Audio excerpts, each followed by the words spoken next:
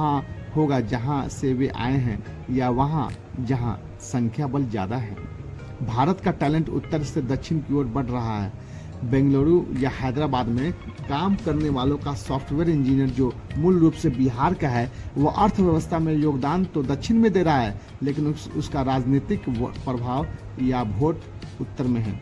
यह talent service vote का टकराव भारत के संघीय ढांचे में एक नया तनाव पैदा कर सकता है। क्या हमें पोर्टेबल वोटिंग की जरूरत है या फिर उस राज्य को अधिक राजनीतिक महत्व मिलना चाहिए जो देश की जीडीपी को सहारा दे रहा है? परिसीमन का असर केवल बैलेट पेपर पर नहीं बल्कि आपके डीमेट अकाउंट और देश की बैलेंस शीट पर भी पड़ेगा। अगर भारत के 5 ट्रिलियन डॉलर की इकोनॉमी बनना है तो उसे अपनी राजनीतिक और आर्थिक दिशा के बीच संतुलन बनाना ही पड़ेगा। और अब इस महायात्रा के अंतिम पड़ाव की ओर हम चाहते हैं, जहां हम बात करते हैं कि भारत को टूटे हुए नक्शे से बचाकर एक संगठित महाशक्ति बनाया जा सकता है। हमने पिछले कुछ घंटों में इतिहास की परतों को उखाड़ा, राजनीतिक की बिसात को समझा और उन डरों का सामना किया जो भारत को उत्तर और दक्षिण में बांटने की धमकी देता है।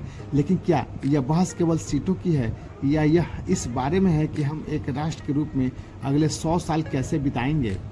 परिसीमन का विवाद हमें एक कड़वी सच्चाई से रूबरू कराता है। लोकतंत्र केवल सिरों की गिनती नहीं है। अगर हम केवल संख्या को देखेंगे तो हम विविधता खो देंगे, और अगर हम केवल क्षेत्रीय अधिकारों को देखेंगे तो हम लोकतांत्रिक समानता खो देंगे। समाधान न तो परिसीमन को रोकने में है और न ही इसे बिना सोचे समझे थोपने में।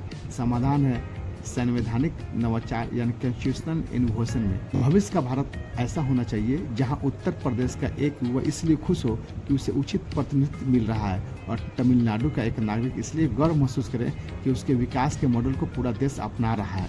हमें एक ऐसी प्रणाली की जरूरत है जहां राजनीतिक प्रतिनिधित्व, पॉलिटिकल रिप्रेजेंटेशन और आर्थिक योगदान, इकोनॉमिक कंट्रीब्यूशन एक दूसरे के दुश्मन न बने बल्कि एक दूसरे के पूरक बने। यह बहस केवल नेताओं या विशेषज्ञों की नहीं है, यह आपके लिए है।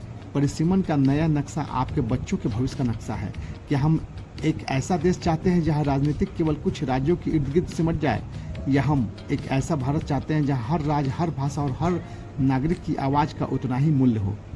सवाल यह नहीं है कि कितनी सीटें बनेंगी, सवाल यह है कि हमारा भरोसा बढ़ेगा। भारत एक प्रयोग है जो 1947 में शुरू हुआ था। परिसीमन उस प्रयोग का एक और कठिन पड़ाव है। इतिहास हमें बताता है कि हमने हर संकट को संवाद और समझदारी से सुलझाया है। 2026 के यह मोड़ भी हमें नहीं तोड़ेगा बल्कि हमें और अधिक मजबूत बनाएगा। हम अलग हैं इसलिए हम अतुल्य हैं, हम अनेक हैं इसलिए हम एक। यह थी भारत के नए मानचित्र की महागाथा।